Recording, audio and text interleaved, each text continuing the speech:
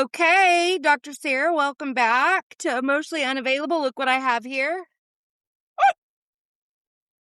You know, my first book was called Owning My Crazy, and the cover, Serious? and the cover reminds me so much of yours. Oh, that's So this felt so hilarious. faded. Now, I haven't had a chance to read any of it because it's been a little bit of a shit show around here, but It's Lori, I okay. promise I'm getting you your copy sometime soon. I promised a listener.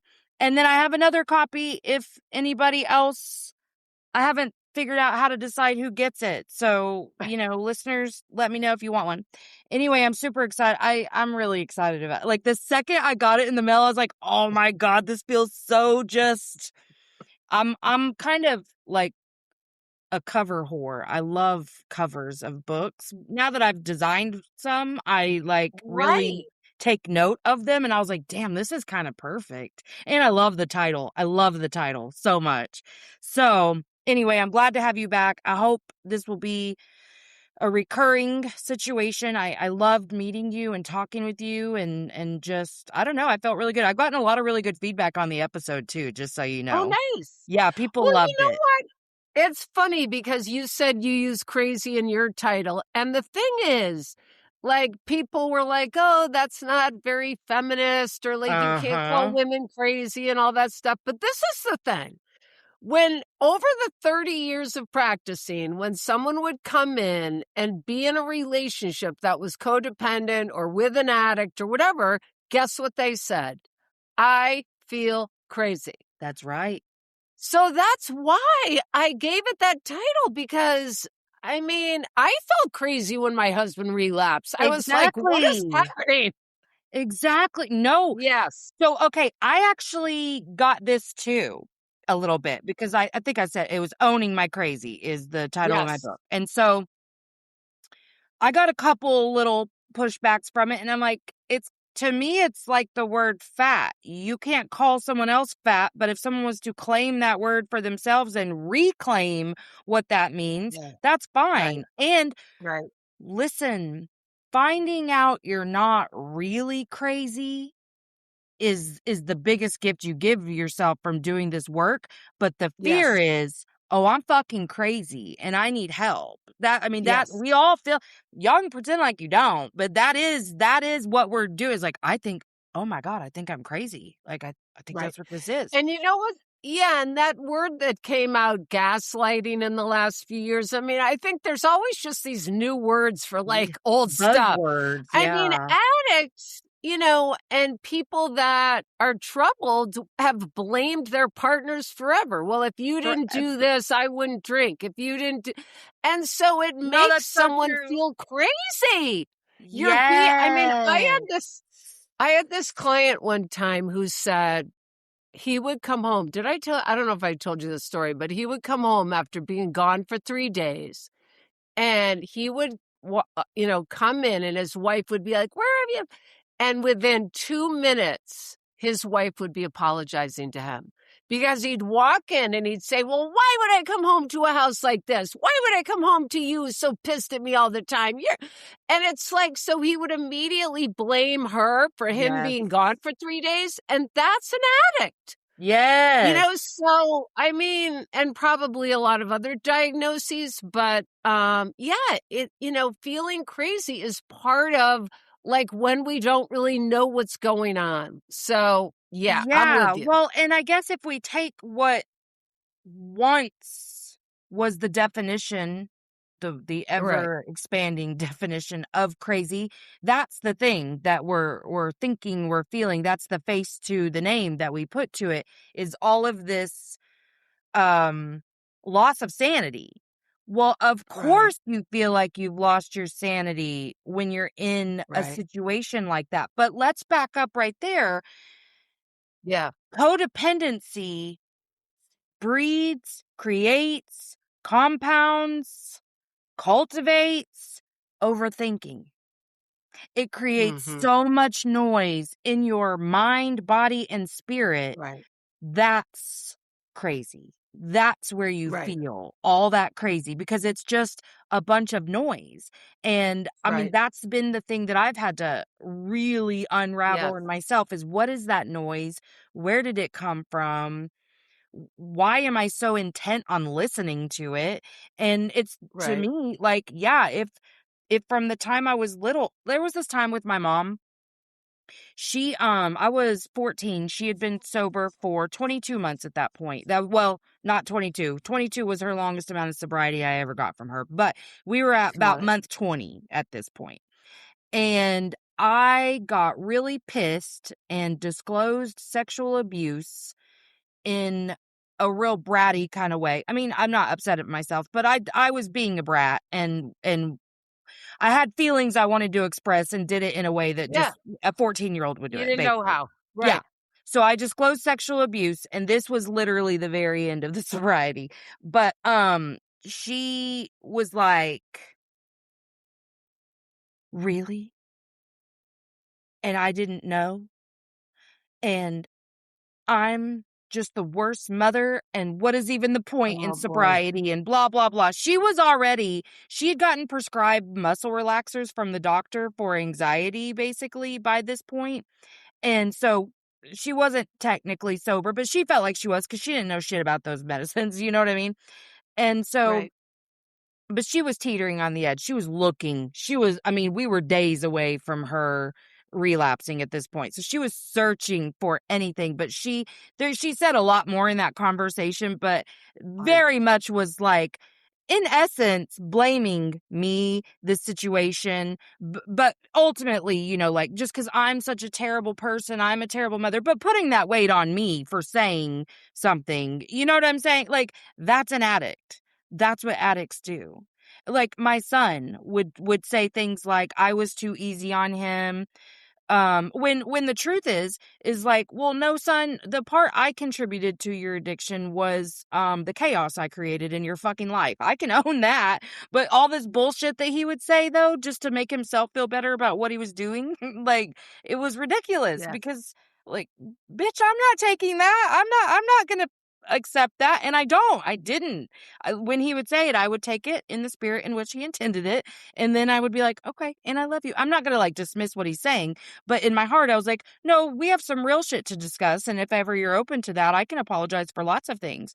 But I was Right. too easy on you. Bitch, I was not too easy on you. Yeah, I mean, this is like perfect for so much of a conversation about trauma and codependency and addiction. I mean, that is very classic, right? Your first example of the mom, your Hmm. mom. It's like, so and addicts can also be super narcissistic. Oh, yeah. So all of a sudden you're expressing this trauma you're having, and what happens? She becomes the victim and Yes. you become the perpetrator. Like you're the one that's now done it to her. Uh Now huh. that's the total wrong interpretation, totally invalidates the child, totally, a mistake.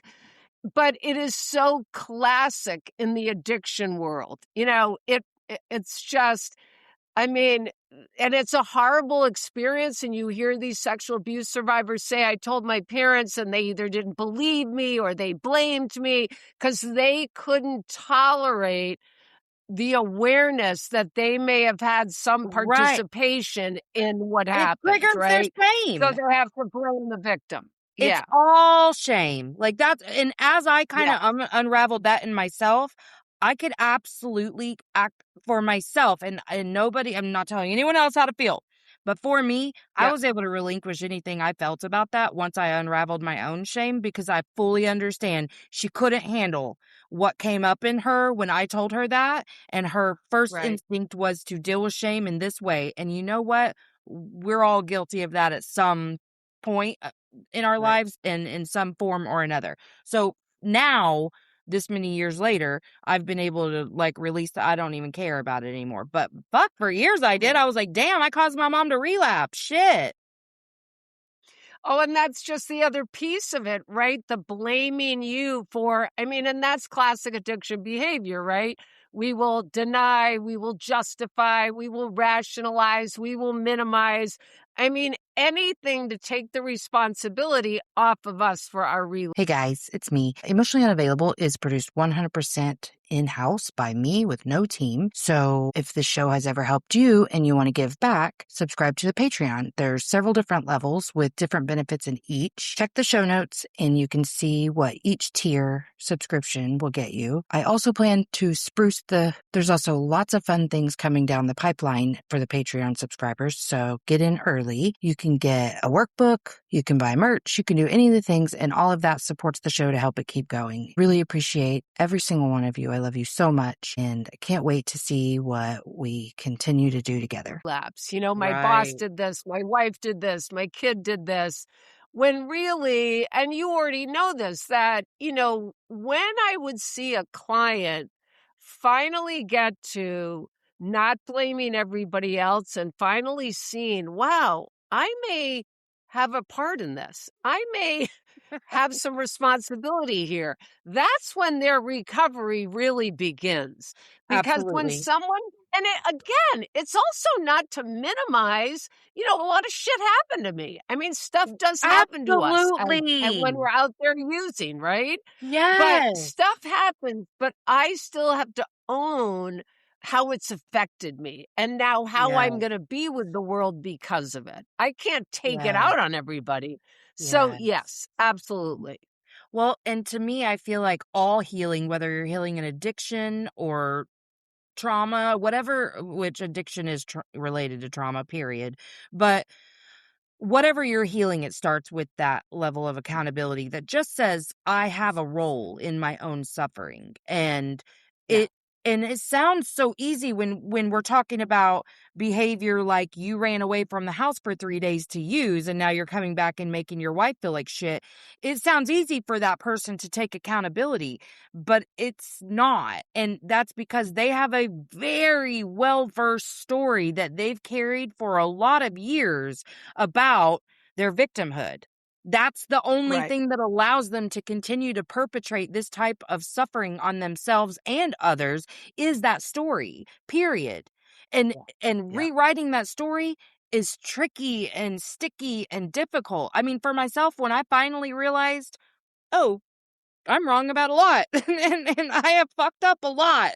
I mean, I was embarrassed, like, to get there and be like, I really blamed a lot of people for some things that weren't right. anybody else's fault but mine." Like, oops. Yeah, And I right. felt just so, I mean, I don't know, at that point, almost morally bankrupt. Like, how could I, do that? Even just in my mind, even if they didn't know that I blamed them for everything, but or just the constant feeling sorry for myself, feeling like nobody loved me the way I love them.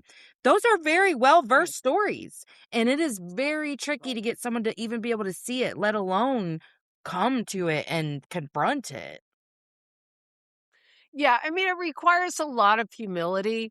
I Yes. mean, and it requires a lot of self-forgiveness and not making up huge stories about what it means. I Yes. mean, I will remember, something I did when I was a drug addict, like stealing my mother's jewelry or something and selling it for drugs. And I will get that feeling up my spine like, oh my God, I can't believe I did that. And yet I've made my amends, I've made my reparations. So whatever guilt or shame, if it's still there, it's just going to get in the way of me being of service and living my life. It does absolutely no good. So once Yeah. you've done your part and you've again, like made your amends in life or you're doing living amends, then it's time to move on. I mean, we've all done stuff. I We've mean, all believe done me, stuff. everybody I know has done stuff they're ashamed of, right? And especially if you're an addict and your morals, went out the window. I mean, oh my God. Yeah. I mean, there's plenty of stuff I've done that I had to forgive myself for, but Yes. I don't want to be stuck in that. It's like Bill Yes. W. says, you don't want to be stuck in morbid reflection. Like, I don't want to be stuck in the darkness. Like, we've got to just own it and move on. So super important. And the other thing when you were saying about like the blaming someone else, I mean, that's why I got so into codependency because I think codependent people can so easily also become the victim. Like the addict can be the victim, but the codependent person who, say, has lived with an alcoholic for 20 years and, suffered and been a victim to all this stuff can easily think, and this is the trouble with codependency, oh, they just need to change and then I'll be happy. And really, Yes. it's not about that. It's not waiting for other people to change. We may wait forever, You right? likely will And wait forever. yeah, Yeah. yeah, I can't base my happiness on what someone else is doing or feeling or thinking, because then I'm not in control of my own life. And that is basically the definition. I'm waiting for someone else to think and feel and behave in a certain way so I can be okay. And Absolutely. that's a Well, losing and battle. even if we're not talking about addicts, this is the thing I hear Absolutely. from so many people who I'm like, that, and if I could lovingly tell you that's codependence, because I hear it all the time. Well, if they would just, and I'm like, and I fucking hear you and feel you deep in my soul with what you're saying. Yes. And the thing is we can't analyze them. What do you need to be happy? What do you need to Absolutely. feel fulfilled in this world? And it took understanding that part for myself, which I think I may have even told you the last time you were here. This is something new that I've really gotten to, where I'm like, oh shit, I was still spending so much time analyzing and pathologizing other people's behaviors. That's Yeah. codependence. Like me trying Yeah. to just understand why they do what they do.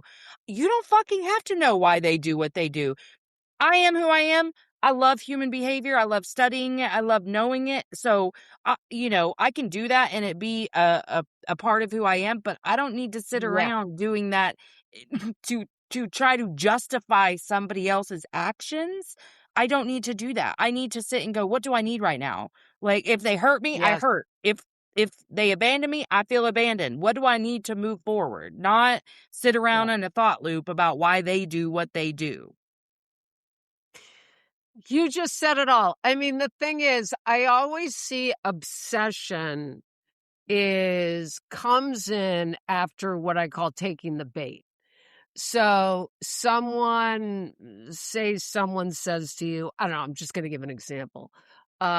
Say my boyfriend says, well, if you don't want to do X, Y, and Z, I guess I'll go by myself or whatever. That's just a minor example of like a manipulative thing to say. And suddenly I'll think, oh my God, am I wrong to want to do my own thing? Should I go with him? Oh my God, is he going to be upset with me? What are they doing? Maybe I should get more, open to doing what he wants to. I mean, the obsession begins, right? And I start going down this rabbit hole of trying to figure out what they want and whether I'm right about having my need or not, rather than what you just said, which is, what do I want? What do I need?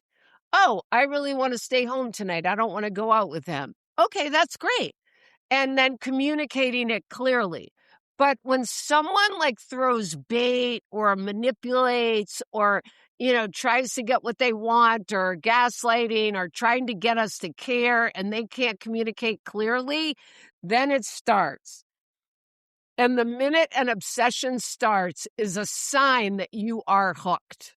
Yeah. Yeah. Oh, you're in there. You're Right? in there, friend. And you know what? It works on Yes. me about 6 out of 10 times still. But this is what I've noticed is like, oh, Yes. okay, I get really activated when someone's disappointed in me, or feeling like I let someone down, or even now I can understand I didn't let them down, but they feel really let down by me. Like I care a lot Yes. about that. Okay.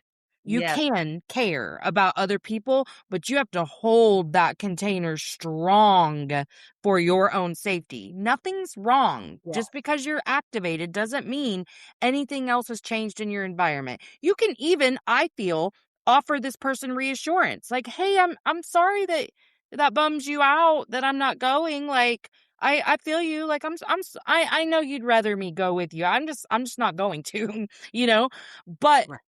Absolutely. without it meaning, like you said, we don't have to write a whole fucking novel about what any of this means. Them asking No. you and even shaming you doesn't have to mean shit. You just let it go. Like, what do Yes. I need? I need to hold the Yes. boundary. I need to hold that safety container right here with my all of my love for myself and say, I don't want to go. I'm not going. Right. And it's such a small example, but it generalizes to, so many situations because it's about acknowledging what you need and being able to express it. And what you just said, which is the most important thing, is tolerating. And what you just said, the fear Tolerating. of disappointing someone, that's huge. Over the years, I've known so many people that have that fear. I have a fear of disappointing someone.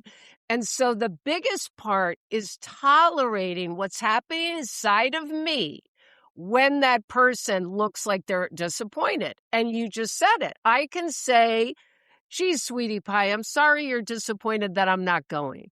Period. I don't have to, one big thing that codependent people do is over-explain. I don't Yeah. have to go into some dissertation about why I'm not going, why I don't want to see that band or go to that restaurant or whatever, or why I'm staying home. I'm really tired. I just have to say, I really don't want to go tonight. Yeah. But Yeah. all of that is just, I mean, that's all we need to do.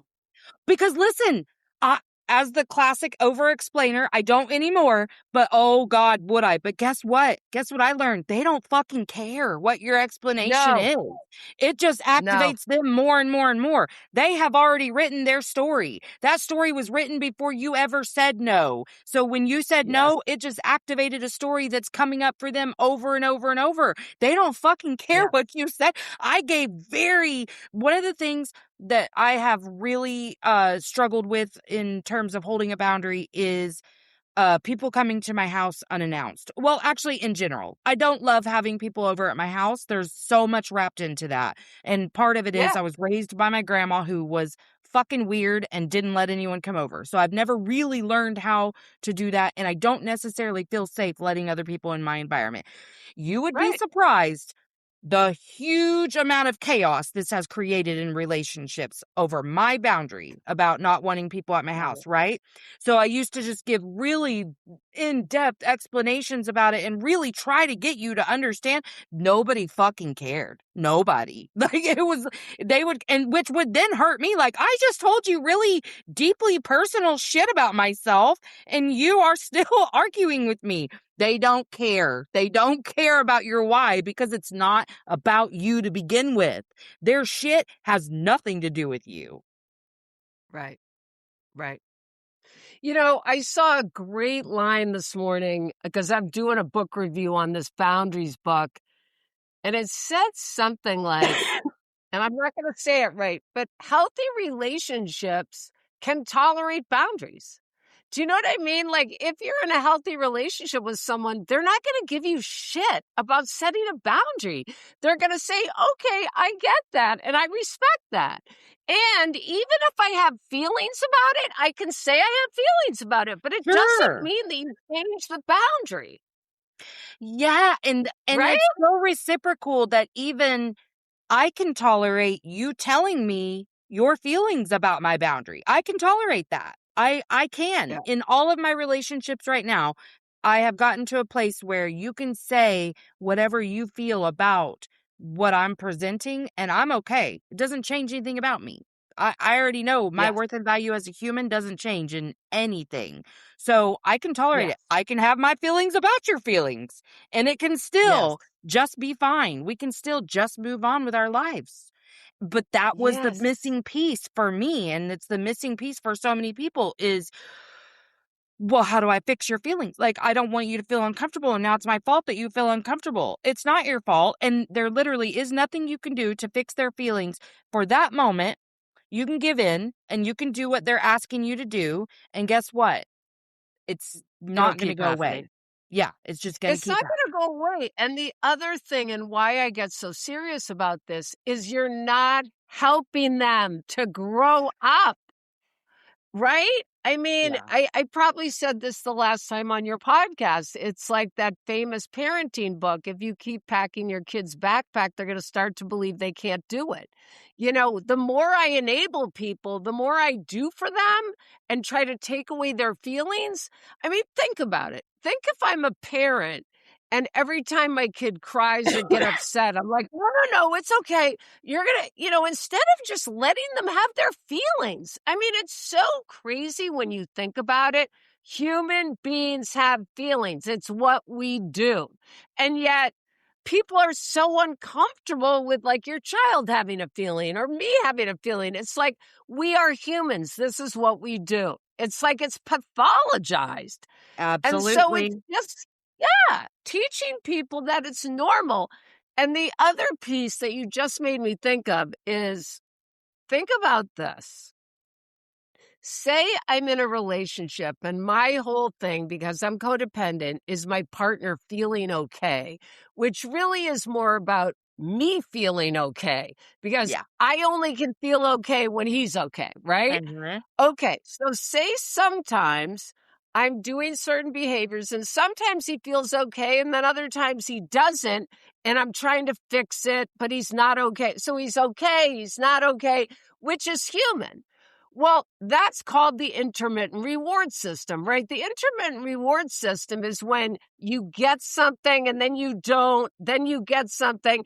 And that's what slot machines are based on. Yup. So it's the most addictive form of relating to think that what they're doing has to do with me. And so and some people say codependency is like being addicted to a person. Well, Yeah. if I'm super attached to them being okay all the time, it is an addictive relationship, right? Yep.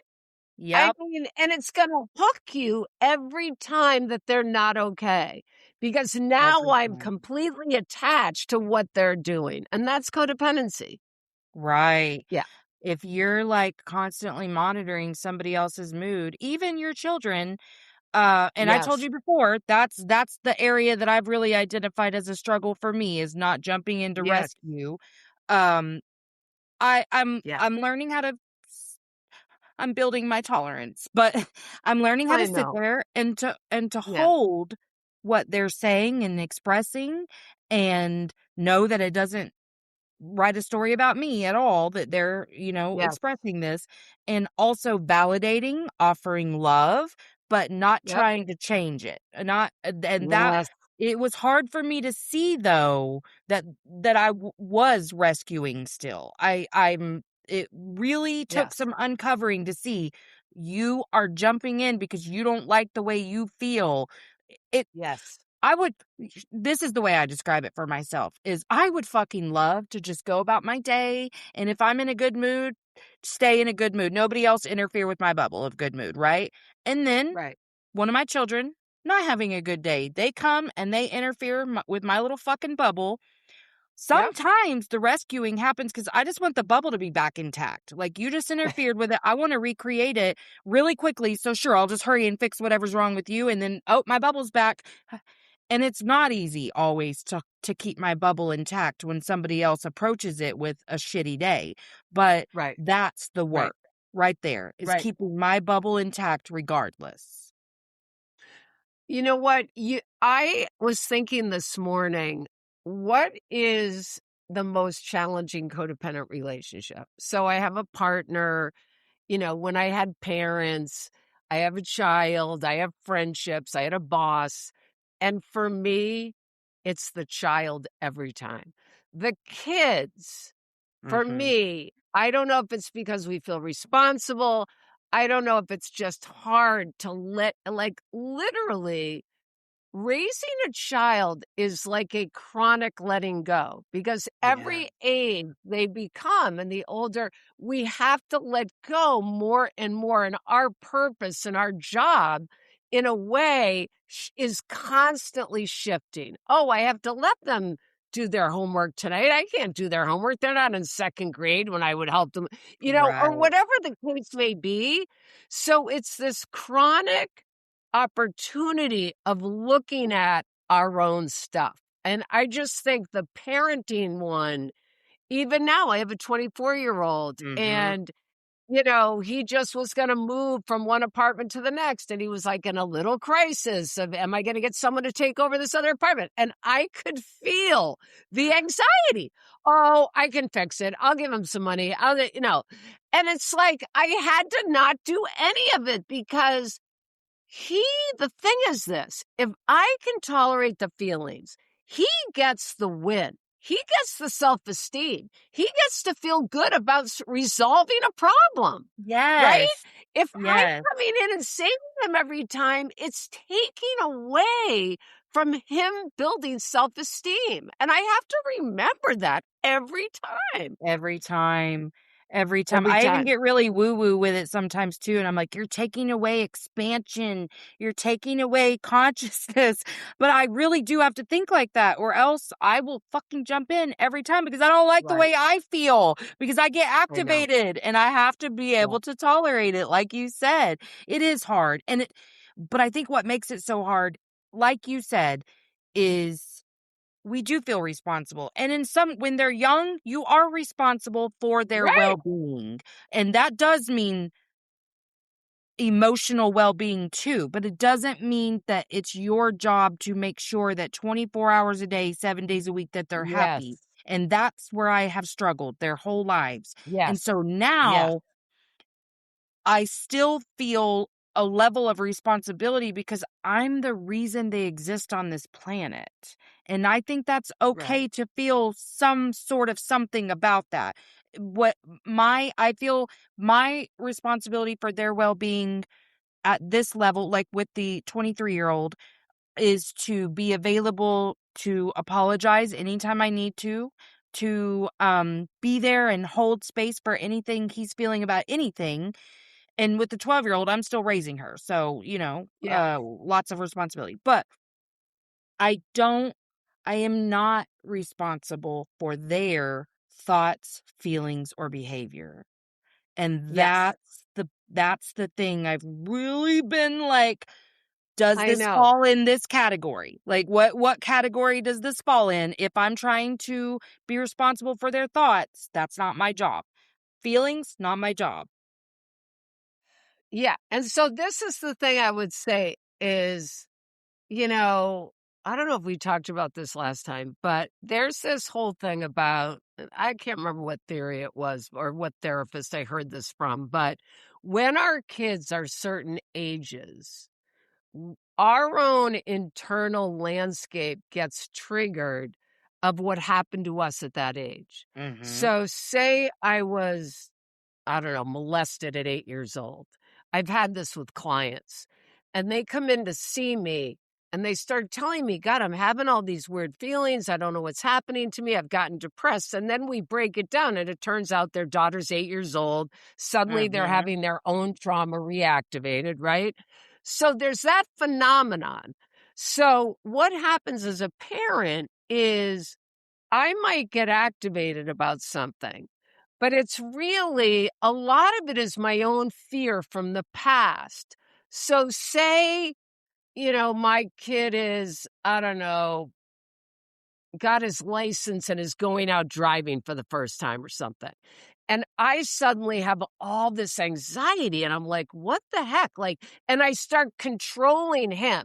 All right, you need to only go out for an hour. And like, I start just like my codependency and my control starts coming.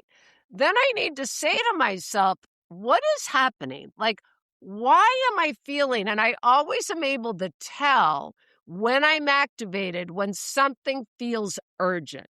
If I'm suddenly in this urgent spiral to control something, it's about me. Yeah. So the question is, what am I afraid of? What happened? Like what happened in my past that this situation now is reminding me of? And a lot of times when we want to control something, it activates our own powerlessness in earlier situations where we didn't have control. And it can be very tricky to parse that out. Ooh, But it's yeah. important because otherwise we're trying to manage what other people are experiencing. I mean, I don't know how many times my son has said to me, Mom, like, I'm fine. Like, I don't know what you're all wound up about, you know? And I would get that realization like, oh, he's fine about going on this date or Oh my going to take God, this yes. exam. It's not about him. Right. That's really key. Yeah. Oh my God, you just reminded me of all the times that like my oldest, one time his very first spelling bee, he was the first one out in the first round because he misheard the word. 5th grade, I remember. Yeah. I'll never forget this. He was upset. Afterwards, I left and went back to work, cried the whole fucking day. I mean, I was in my shit about this. I pick him up from Yeah. daycare after. Motherfucker's fine. Says he had a fine day. He got a Snickers afterward, and that fixed everything for him. It has wrecked my whole day. I mean, whole day. I can't Yes. tell you how many times things like that have happened where I'm like, oh my God, and then they're just going to be so upset and blah, blah, blah. And then they're like, no, I was fine. I'm like, Yeah. oh, why did I do this to myself again? Yes. But, you know, at least see, the thing to me is, at least you know that. I mean, so many parents don't have that awareness. So what'll happen is they'll pick their kid up at daycare and they'll be like, "Honey, are you okay? I know you're so upset about the spelling bee." And they'll go on and on and on and create this whole problem that's not even there because of Yeah, their own fear. I mean, that is such a common thing with parenting. You know, we project. I mean, our kids are just projection screens, right? We're absolutely. constantly projecting onto them. Yes. Ooh, Yeah, your own fear and your own shame over and over and over and over and over and over over. again. Ugh, I that's mean, when been my so go ahead. tricky. Yes, Ugh. yes, And it's yeah, frustrating because you don't always see it until no. after, and then I'm like, "Fuck, I did it again."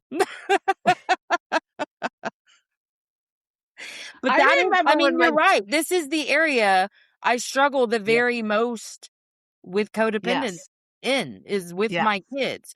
I mean, not to yes, say I mean, still though, with other people too, like, if I feel like they might be hurt because of something I may or may not have done, it doesn't take much for me to just be activated and sit and be like, well, I mean, maybe I should just check and see if I upset them. Maybe I should right, just, what?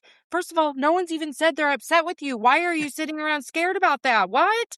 Why? Know why? right, I know because right. that meant I was unsafe when I was a kid and someone was Yeah, upset. But damn, I can go on for about 20 minutes before I catch myself and be like, yes. Melissa, you were doing it again, honey. We don't have to do this. It always goes back to safety. I mean, bottom line is it always goes back to feeling unsafe.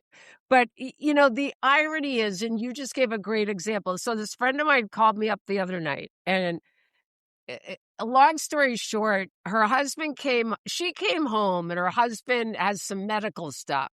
And he says to her, "Oh, I ended up like cutting down a bunch of branches and then I went for a walk and then I did this and now my body aches." And she was enraged because she's like, "You have this illness. You're not supposed to do that stuff. Why do you keep doing it to yourself?" And basically, she gets super activated because in her mind, if he gets hurt, who's going to take care of him? Like, Right. so it triggers her fear that I'm going to now, even though she doesn't need to take care of him, like he's fine, he's just sharing a feeling. So the appropriate response would be, "Oh man, honey, I'm sorry you don't feel well. You don't Yeah. need to fix it. You don't need to change it." So what happens though? She's up all night, worried about him, enraged with him, thinking about the conversation they're going to have the next day. I'm going to tell him this. I'm going to tell him that. Guess what? He wakes up. He says, "Hey, what's happening? I feel great." So it's like in his mind, he was just communicating something and then he was fine. But it triggered her codependency where now she's up all night trying to solve his problem that's not even there anymore. That's codependency. Yes. Yeah. God, guilty, guilty. We used to have this really bad thing in my marriage where, because of my fear of loss, wasn't very hard to trigger that. And so Yes. he would, like, even just him, he'd be going out of town for work, Yes. and it would scare me so fucking bad. Like, it took a long time to understand that that's what was happening, because what it looked like was me being angry. I would Yes. know it was coming, and then when it came, the anger would turn. I would turn it on, and then I'd Yes. probably ignore most of his messages and calls while he was gone to punish him, like Yep. any I healthy get it. person would.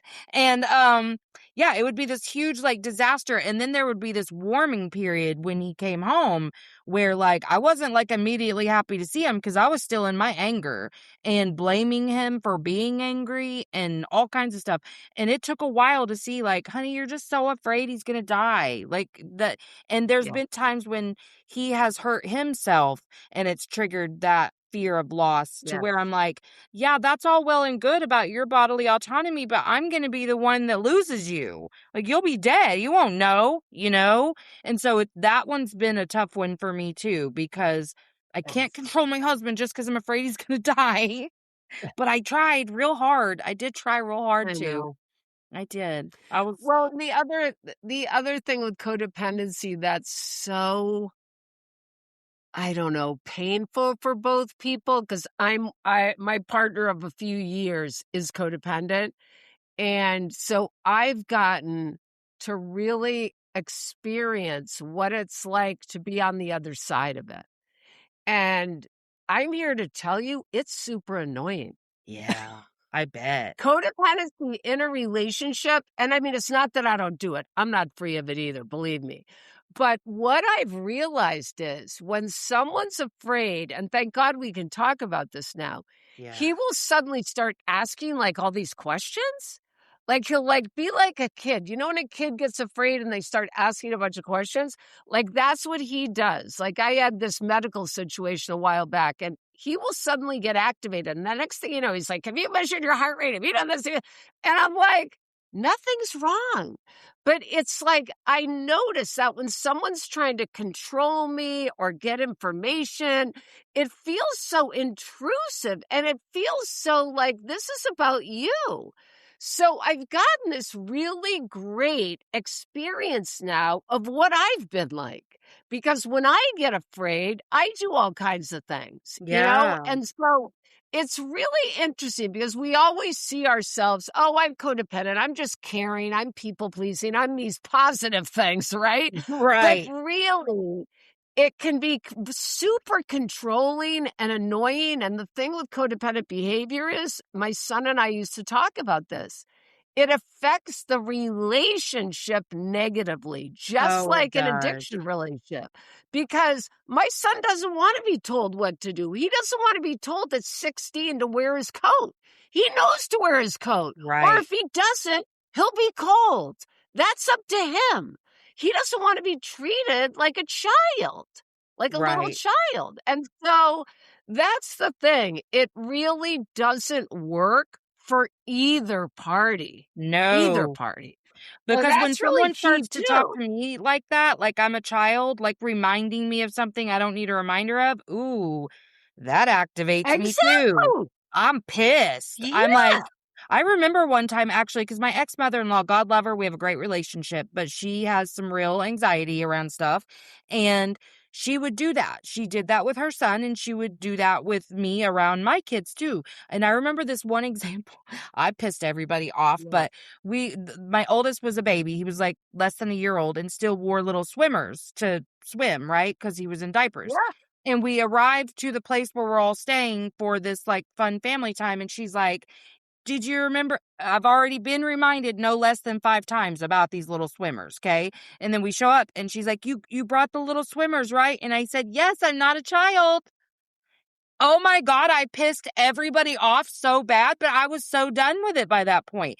And that's the type Yes. of shit I try to hold on to when I'm the one Yes. acting like the crazy person, because Yes. I'm like, yeah, Yes. because I mean, if it doesn't just outright piss me off, it'll give me the ick. Like if someone's a little too needy, ick, Absolutely. ick, ick. Now, because some of that is it triggers other things, but like I have to get really okay, what is this? Why are you, Yeah. try to like live in compassion there because I don't feel compassionate when it's happening.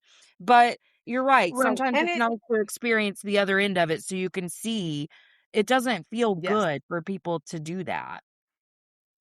And you know what? It's both. It's in the sense of like the mother in law is having her own fear experience. Hmm. And the problem is you can have compassion for her experience, but the problem is it's now coming out on you. Right. So we have a right to say, hey, I love you. Thanks for the tips, but I don't need to hear it anymore. Like, but the problem is usually we wait too long to speak up and then we're enraged. And then we blow up. So that's Yeah. the trouble too. We don't speak up early enough Because and of then we my lose own it. codependence, I didn't speak up. Yes, Yes. this has been where Yes. this is showing up the most for me right now, is this exact Yes. thing.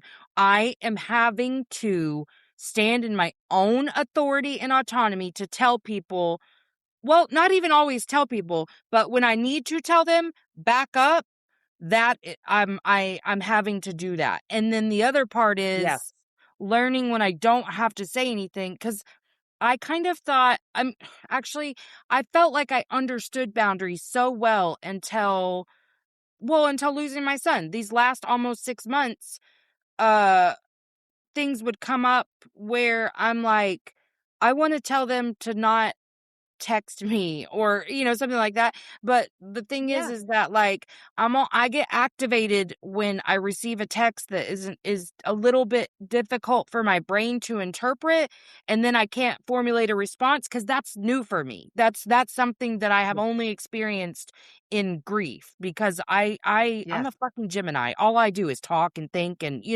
so it's new for me, and it activates me every time when I feel overwhelmed by a conversation. So I would get really pissed and be like, just don't fucking text. But then I was like, Melissa, you don't have to respond. Like you can put it away and come Yes. back to it. You can never respond. Like just because somebody has sent you a message doesn't mean you have to interface with it in any specific way. So that has been really big for me. Absolutely. And then also Yes. just like when someone says something that is truly unhelpful, um or even so one of the things that I've been going through over the last 6 months that I haven't spoken about publicly is that I knew there was an investigation into who sold my son the pill that had the Oh. bad shit in it that killed him. I wasn't talking about it because Ah. it was an investigation, right? And um I didn't tell his dad or his family that that was happening because I knew with past behavior that I was going to be receiving all these messages of like, have you heard anything? Have you Right. heard anything? Have you heard anything? And so I just chose not to. And then there's been I told them once there was an arrest made and stuff, what was happening. But the other part of that too is like when the times that I've had to say like, here's my boundary, like my oldest was graduating with his associates. And so I said, hey, here's a general information, but you'll have to get the rest of the information from him because I can't handle conversations all the time right now.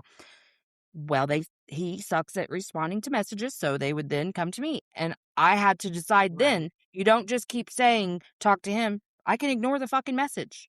So those are the ways where codependence has really fucked with me, is feeling like I have to respond to anything. It seems very innocuous, but if you are activated by it, it's not. And you have to listen to what's activated and then still build that tolerance. It requires tolerance to be able to sit my phone down and know that the world isn't going to end if I upset them by not responding, you know? Yes. Yes. Huge. I mean, we could probably talk about boundaries of texting like for hours, but it's really true. Like you don't have to text anyone back. And you can also just say, I'm overwhelmed and I won't respond for a while or whatever. You can say basically whatever you want, Yeah. and a lot of times it's really helpful instead of like we want to get mad at them, but just expressing kind of what we're feeling and then Yes. what works and doesn't work is really helpful. Yeah, I because you just know what I've can't noticed? talk. People really do want to help. They don't want to be Yes. harmful. Their texting patterns are their texting. And as a person who was a fucking texter, like a mad woman all the time, I get it. And it's been helpful to be on this side of things, that I took other Yes. people's lack of responses before so personally. And now I'm like, damn, that Yeah. really didn't have shit to do with me, did it? Because this doesn't have anything to do with anyone other than my capacity for receiving information, regurgitating, any of that. Like, I just can't. It doesn't, my brain does not work the way it used to work now. So sorry, but not sorry, But yes. And so I have found people are Absolutely. pretty responsive to, like, I've kind of just made a general blanket statement to people, not like if I don't want to respond, I don't respond. But like in Yeah. general, the people in my life who care about me know I'm not always going to respond to you. It may be days. If you send me something that requires my brain to work in a certain way, you're going to have to wait until my brain has the capacity to do that. And that's that. And I Absolutely. don't feel bad about it. I can't help how my brain is, you know? No, but that's also part of grief. I mean, confusion, mental, fogginess, obviously depression. But yeah, your brain not quite working the same way in grief is pretty normal, I would say. I Yeah. mean, my mother-in-law lost her husband, and she for the last, like, couple of months, that's what she talks about a lot. She's like, "I just can't think straight. I just can't think clearly. I can't make decisions." So, yeah, all that stuff is just is totally normal. And, of course, you're not gonna wanna and overwhelm, like, just getting overwhelmed by smaller things, like the Yes. capacity, the bandwidth. You don't have the bandwidth anymore. Yeah. Oh my God, at all. That's been the Yeah. wildest change because internally a lot didn't shift just because of all the work I had put in before he died. So that was the weird Yes. thing was at first I was like, I don't know, it's hard to identify where I've changed. But then this started coming up and I was like, ooh, my capacity is a fraction of what it used to be. Things Yes. overwhelm me so Yeah. quickly. And now everyone in my life is very used to hearing me be like, I don't have the capacity for that. I'm so sorry. Like Yeah. I don't have the capacity for that. Lots of things, lots and lots of things, but especially something that requires mental processing. It just is so Yeah. like, but like I'm not great at administrative tasks that I used to be fine at. Like, I'm not saying I've Yes. ever done great at like sending people links after a record, things like that. But I was pretty on top of things. Now I'm like, I might let you know the day before it airs. You may find out the day of. I don't know. I don't know, but I'll do my best. But that's something Yeah. like I can't beat myself up about it and I cannot hold anybody else's response to it. I just can't because No. if it was something I could help, I would do something about it. There's nothing I can do right now except embrace where I am in this stage. That's it. Amen. I mean, yeah, I mean, grief to me, it's like it's your own process and it's honoring. I always say when something happens and someone's in grief, just get rid of anything that's not absolutely necessary and Mhm. just simplify your life and be okay with the smallest thing because sometimes it takes a lot just to do a small thing. Oh, And the fact is, it affects you in whatever way it's affecting you, and it's honoring that. And then mhm. but for codependent people, I think there can be a lot of shoulds. "Oh, I should be Yes. able to do this because these people are usually over functioners and Yeah. caretakers and, superstars, and I'm doing 90 things in one day." And so this idea of like, "Oh my god, I can only do this or I only have the energy." The whole energy thing is Ooh, another thing energy. she's That's been the big talking one. about. He's so exhausted all the time. So, yeah, it's really respecting just and honoring whatever you're capable of today, and it could be different tomorrow, it could be different next week. Yeah, Yeah, I always do absolutely. feel like so much gratitude on the days where I have more energy and Yes. but honestly, I've had more energy once I quit resisting the fact that I had no energy. Like it Yeah. Once I got to it, it was like, and you just have no energy. That's fine. You don't have to write a story about it. No.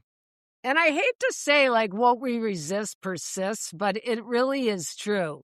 No, it If is. I'm trying to pretend that I'm not exhausted, it's just going to keep getting worse and worse. And I'm going to keep getting reminders that I just need to rest. And the only reason we wouldn't rest is because we're making up a story about what it means, because we're Absolutely. women, right? So real. Right. So real. Yep.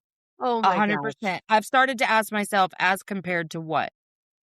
And that has helped Yes. me so much. That has helped me so much. And Yeah. outcomes aren't the thing I need to measure productivity by. So those are the things that I've really had to work on, because who I am in relation to others has just been, it's been a really, like, that's been pivotal to figure those things out and to Yeah. understand all the fucking sneaky ways codependence is popping up. And Yes. sometimes there's perfectionism with codependence. Sometimes there's Yes. overthinking with codependence. Like, codependence really is interweaved into most of the things we're experiencing. And so attacking overthinking is great, but where does codependence relate to what you're overthinking about? Where does it relate to what you're worrying about? Right. Because to me, underneath the behavior is always fear.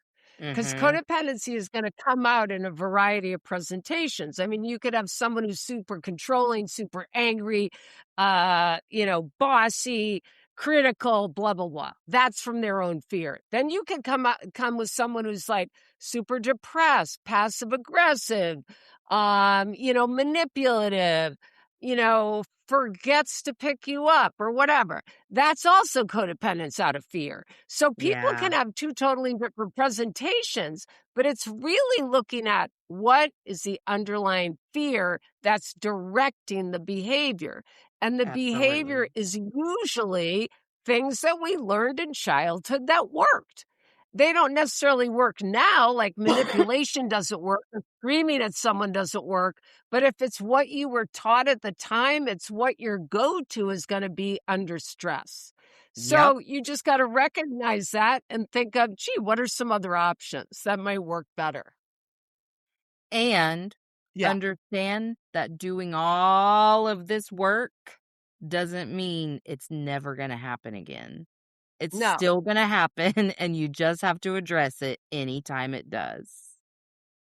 Yeah, a friend of mine always says, like, sometimes if you just don't have the energy to do the boundary or say what you mean or be clear, it's okay to do the codependent thing when you know it. It's okay. Sometimes we just don't have it in us to do it. And that's okay. You're not perfect. Right. On our YouTube channel, we always talk about stuff. Do we call it codependency confessions? Like, we still are doing stuff. And it's okay, to kind of recognize that. So, Absolutely. I love that. anyways, Well, man, I have loved having you again. I I hope that know you we are got going to to wrap continue to up come once back. again. Of course. Remind people. Okay, so before I forget to say this, I will link our last episode in the show notes as well, and all of Okay. your links, but you just verbally remind us where we can find you. Yeah, so drsarahmichaud.com is my website. Um, at Leaving Crazy Town with Finn and Sarah is my YouTube channel. And definitely go on there and subscribe. And we just have a lot of fun and talk about serious topics, but we have a lot of laughs too. So if you need And some get the book, laughter, go to the Code channel. Crazy. And the book Code Crazy, yeah, is on Amazon or my Hell yeah. website. You can email me. Yeah. I'll make sure I link all of that stuff. I'm so excited. I've loved having you. It's I'm great to excited. chat with you again, my friend. Hang in Me there. too. Okay, I'm going Okay. to press stop if you'll hang out for 1 sec. Yep. Thanks for coming to Emotionally Unavailable. If you haven't already, like, subscribe, and share. Emotionally Unavailable. All right, that's it from me. So make sure that you check out the show notes for links. And until next time, let's all just keep swimming. INDEPE and cut.